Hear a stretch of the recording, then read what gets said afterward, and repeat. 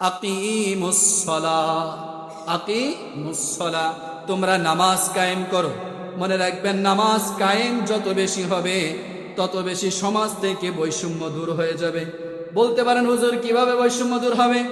আরে ভাই, আমরা যখন মসজিদে নামাজের জন্য আসি, দেখবেন একই কাতারে ধনী গরিব, মালিক রিক্সা চালক আছে না নাই বলেন? সুতরাং একই কাতারে যখন এক কাতারে কাঁধ মিলিয়ে মানুষ ছোট বড়, মানুষ গরিব ধনী, মালিক মুনির একই কাতারে কাঁধ মিলিয়ে দাঁড়িয়ে যায়, তখন তাদের ভিতরে আর কোনো বৈষম্য তো থাকে বলেন? থাকে না। এজন্য যত বেশি সমাজের ভিতরে নামাজ কায়েম হয়ে যাবে তত বেশি ধনী গরিবের মাঝ থেকে বৈষম্য দূর হয়ে যাবে। এজন্য আল্লাহ রাসূল হাদিসের ভিতরে বলেছেন, আকিমুস সুফুফ, তোমরা নামাজ পড়ার সময় কাতারটাকে সোজা করে দাঁড়াও। ওয়াহাযু বাইনাকুমুল মানাকিব, এবং তোমরা তোমাদের মাঝে কাঁধে কাঁধ মিলিয়ে দাঁড়াও। কাঁধটাকে তোমরা শক্ত করিয়ে দাঁড়িও না, কাঁধটাকে নরম করিয়ে দাঁড়াও।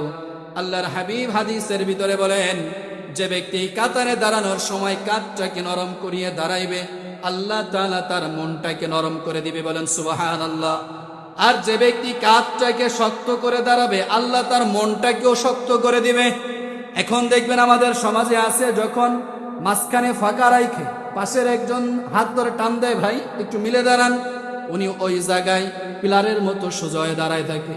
আছে না নাই বলেন? যত টানে ওইখান থেকে আর লড়ে না, কারণ লড়লে তার সাথে লাগলে যদি শরীরে গন্ধ হয়ে যায়। এরকম আছে না নাই বলেন? আবার দেখবেন মাঝখানে খালি রাইখে ওই পাশে দাঁড়ায় থাকে, মাঝখানে পুরোটা খালি। একজন আইসা বলতেছে, ভাই ফাঁকা জায়গা পূরণ করেন। ইমাম সাহেব চিল্লায়, ওখান থেকে এখানে আসে, তারপরেও আসবে না। উনি মনে মনে মাসালা দেয়, মানুষ তো আসতেছে, হে দাঁড়াইব। দেয় কি দেয় না বলেন?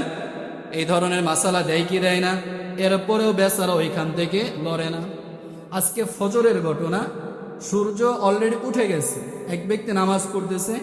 আমাকে খাদেম নুরুদ্দিন সাহেবরে বললাম, এনারে নামাজ ছাড়তে বলে, সূর্য উঠতেছে এমন টাইম। উনি বললো নামাজ তো ছাড়েই নেই। আমি আইসা বললাম, তারপরে ওই ব্যক্তি নামাজ ছাড়লো। তো এই যে বলেন, উনি এই নামাজ পড়া কি সওয়াব অর্জন করছে না গুনাহ অর্জন করছে? 3 সময় জমিনে নামাজ পড়া তো দূরের কথা, সিজদা করা হারাম। কি করা হারাম বলেন? কোন প্রকারের তিলাওয়াতের সিজদা করাও হারাম। কোন 3 সময়? 1 নম্বরে সূর্য উদিত হওয়ার সময়, দ্বিপ্রহরের সময়, সূর্য অস্তমিত হওয়ার সময়। সুতরাং প্রিয় ভাইরা, আমি বলতে চাই, ফজরের নামাজ জামাত ছুটে গেছে, আপনি এসে পড়বেন ভালো কথা, তবে ওক্তের দিকে খেয়াল রেখে পড়তে হবে। আল্লাহ তাআলা তৌফিক দান করেন। আমার ভাইরা, তাহলে বলতেছিলাম, এই যে এই ধরনের স্বভাবের মানুষেরা আছে, যারা কাতারের মাঝে ফাঁকা রাখে, টানলেও আসে না, বললেও আসে না। এই কুস্বভাব আমাদের মাঝ থেকে দূর করার দরকার আছে না নাই বলেন? আল্লাহ তাআলা হেফাজত করেন, বলেন আমিন। আরো ভয়ঙ্কর হাদিস কি জানেন? আল্লাহ রাসূল সাল্লাল্লাহু আলাইহি ওয়াসাল্লাম হাদিসের ভিতরে বলেন, মান ওয়াসালা সাফফান ওয়াসাহুল্লাহ, যে ব্যক্তি কাতারের মাঝে মিলিয়ে দাঁড়াইবে, আল্লাহ তাআলা তার সাথে তার সম্পর্কটাকে মিলায়া দিবে। বলেন সুবহানাল্লাহ। অর্থাৎ বান্দার সম্পর্ক আর আল্লাহর সম্পর্ক আল্লাহ মিলায়া দিবে। এরপরে ওমান কতআ সাফফান কতআহুল্লাহ, আর যে ব্যক্তি কাতারের মাঝে মিল রাখবে না, আল্লাহ তাআলা তার সাথে আল্লাহর সম্পর্কটাকেও মিল রাখবে না, ছিন্ন করে দিবে। বলেন না নাউযুবিল্লাহ। সুতরাং এরপরেও কি আর আমরা কাতারের মাঝে ফাঁকা রাখবো? মাঝখানে ফাঁকা রাইকে ওই গেটের কাছে গিয়ে দাঁড়াইবো? বলেন, আরে ভাই কি কখন আসবে না আসবে, আসুক না, আপনার মাঝে ফাঁকা, আপনি এসে মিলে দাঁড়ান। এই যে শুক্রবার দেখবেন নামাজের জন্য যখন কাতার সোজা করা হয়, মানে চিল্লা পাল্লার একটা হোর হুল্লা পড়ে যায়। ওই কর্নার থেকে বলবে, ভাই আসেন আসেন আসেন, এই সামনে আসেন, পিছে যান, ডাইনে যান, বামে যান। কেমন যেন এটা গুলিস্তানের ওই গাড়ির স্ট্যান্ড হয়ে গেছে, মনে হয় কি হয় না বলেন? সুতরাং আপনার পাশে খালি জায়গা আছে, আপনি যদি একটু মেহেরবানি করে গিয়ে দাঁড়ান, ফজিলত আছে না নাই বলেন? সুতরাং যার পাশের খালি জায়গা সে যদি মিলে দাঁড়ায়, তাইলে তো আর পিছনে যারা আছে তাদেরও আসতে কষ্ট হয় না, আর তাদেরকে ওইভাবে চিল্লাইয়া বলারও কোনো প্রয়োজন পড়ে না। এজন্য সুতরাং এই বিষয়টাকে আমরা খেয়াল রাখবো। মোহতারাম হাজিরিন, এই যে হাদিসগুলো আল্লাহ রাসূল বললেন তোমরা কাতার সোজা করো, কাতার মিলাও, কাতারের মাঝে ফাঁকা রেখো না, এগুলো দ্বারা সমাজের বৈষম্যকে দূর করার জন্য বলা হয়েছে। তার কারণ এইভাবে যদি মিলে মিলে কাঁধে কাঁধ মিলিয়ে কেউ দাঁড়ায়, বলেন তো তখন কি আর ধনী গরিবের বৈষম্যতা থাকে? যাতে ধনী গরিবের বৈষম্যতা না থাকে, এই জন্য রাসূল করিম সাল্লাল্লাহু আলাইহি সাল্লাম বললেন, তোমরা কাঁধে কাঁধ মিলিয়ে এক কাতারে সকলে নির্বিশেষে সালাত আদায় করো। মুহতারাম হাজিরিন, তাহলে এভাবে আমরা কাঁধে কাঁধ মিলিয়ে সালাত আদায় করতে রাজি আছি তো ইনশাআল্লাহ? আল্লাহ তাআলা তৌফিক দান করেন, বলেন আমিন। প্রিয় ভাইরা, তাহলে 1 নম্বর নামাজ কায়েম করলে কি হবে বলেন? সমাজ থেকে বৈষম্য, ধনী গরিবের দূর হয়ে যাবে। 2 নম্বর, আল্লাহ রাসূল এবং আল্লাহ বললেন ওয়াইতাইজ যাকাত, তোমরা যাকাতকে প্রতিষ্ঠিত করো। মনে রাখবেন, সমাজ থেকে, দেশ থেকে যদি সুদ ভিত্তিক অর্থনীতি দূর করে যাকাত ভিত্তিক অর্থনীতিকে দেশের ভিতরে প্রতিষ্ঠিত করা যায়, তাহলে দেশের ভিতরে ধনী আর গরিবের বৈষম্য থাকতে পারে, ঠিক কিনা বলেন? এজন্য আমাদেরকে যাকাত ভিত্তিক সমাজ গড়ার দরকার আছে না নাই বলেন?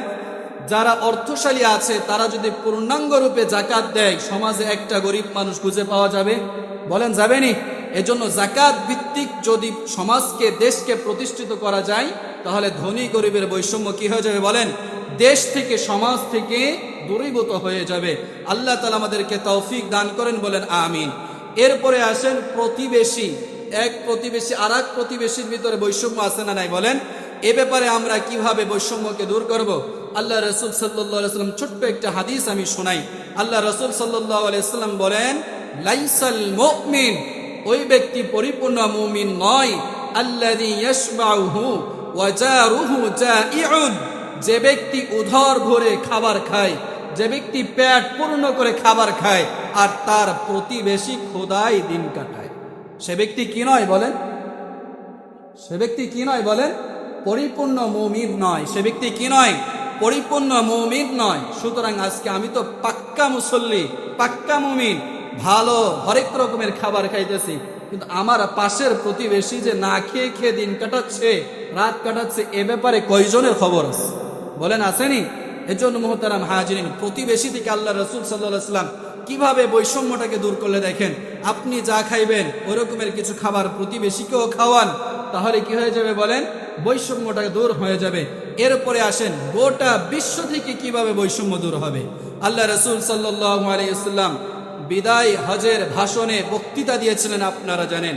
সেখানে আল্লাহ রাসূল সাল্লাল্লাহু আলাইহি ওয়াসাল্লাম স্পষ্টভাবে বক্তৃতা দিলেন, ইয়া আইয়ুহান নাস, হে লোক সকল, ভালো করে শোনো, ইন্না রাব্বাকুম ওয়াহিদ, তোমাদের সকল মানুষের প্রতিপালক একজন, তিনি কে?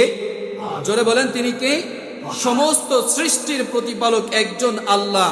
সুতরাং ভালো করে মনে রেখো, আলা লা লিআফদালা লিআরাবিয়্যিন আলা আজামিয়্যিন, কোন আরবীর জন্য অনারবীর উপরে কোনো ফজিলত নেই।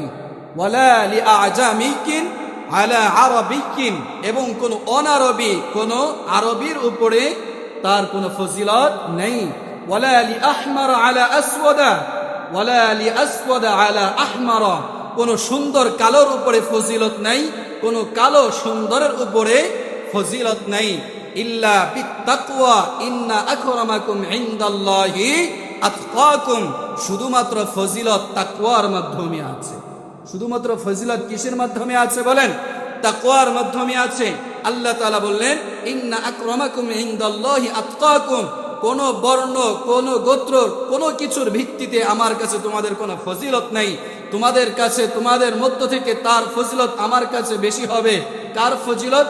যার আল্লাহর প্রতি তাকওয়া, আল্লাহর প্রতি ভয় যার অন্তরে যত বেশি হবে, তার ফজিলত আমি আল্লাহর কাছে তত বেশি হবে। ঠিক কিনা বলেন?